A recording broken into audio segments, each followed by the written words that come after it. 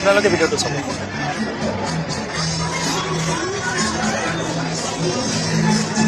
সুৰঞ্জন দত্ত হ'ল এজন পাগল আৰু কামপুৰৰ এই ল'ৰাবিলাক হ'ল এক ধৰণৰ পাগল।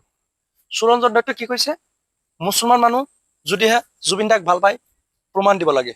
প্ৰমাণটো কি? মছজিদৰ মাইকত মায়াবিনী গানটো বজাই দেখাই দিব লাগে। সুৰঞ্জন দত্তক মই এটা কথা ক'ম, আপুনি যোনটো কথা কৈছে এইটো পাগলৰ পৰিচয় দিছে। ভাল মানুহে এনেকুৱা মন্তব্য কেতিয়াও নকৰিব, কেৱল মাত্ৰ পাগল মানুহে এইবিলাক কথা ক'ব। মছজিদ, মন্দিৰ, গীৰ্জা এইবিলাক পাৰ্টি কৰাৰ জেগা নহয়, ডিজে বজোৱাৰ জেগা নহয়।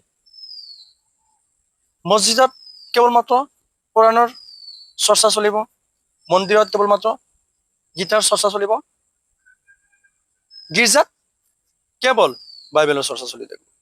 কিন্তু ইয়াত ডিজে এইটো কেতিয়াও নহ'ব। ইয়াৰ হ'ল পবিত্ৰ স্থান।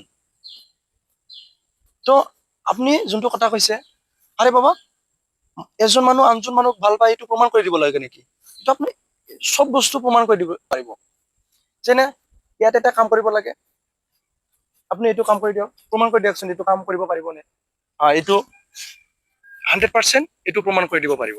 কিন্তু যেতিয়া ক'ব আপুনি মোক ভাল পায় নে বেয়া পায়, যদিহে ভাল পায় যদিহে বেয়া পায় এইটো প্ৰমাণ কেনেকৈ কৰিব? আপুনি এইবিলাক কথা কয় আচলতে খালি আপোনাকে এইটো কথা নহয় যে এই ধৰণৰ কথা যোন মানুহে কৰে এইবিলাক পাগল হয়। ভাল মানুহে কেতিয়াও এনেকুৱা মন্তব্য নকৰিব, কেৱল মাত্ৰ পাগল মানুহে এইবিলাক কথা ক'ব। তো ইয়াত কথা হ'ল যে মানুহৰ আপোনালোকৰ নিচিনা এই মানুহবোৰ সদায় মনত কি ভাৱনা থাকে, কেনেকৈ মানুহৰ ইমোচনেল লৈ খেল খেলি থাকিব। মনত কেৱল মাত্ৰ এইটোৱে মনোভাৱ। দত্ত চাহাব যিটো মন্তব্য কৰিছিলে, আপোনালোকৰ মতে এই মন্তব্যটো কিমান গ্ৰহণযোগ্য কমেণ্ট কৰি জনাব। যদিহে মই ভাল কৈছো এইটোৱে কমেণ্ট কৰি জনাব, যদিহে মই বেয়া কৈছো এইটোৱে কমেণ্ট কৰি জনাব। আৰু এনেকুৱা ভিডিঅ' পাবৰ কাৰণে আমাৰ চেনেলটো ছাবস্ক্ৰাইব কৰি ৰাখি দিব।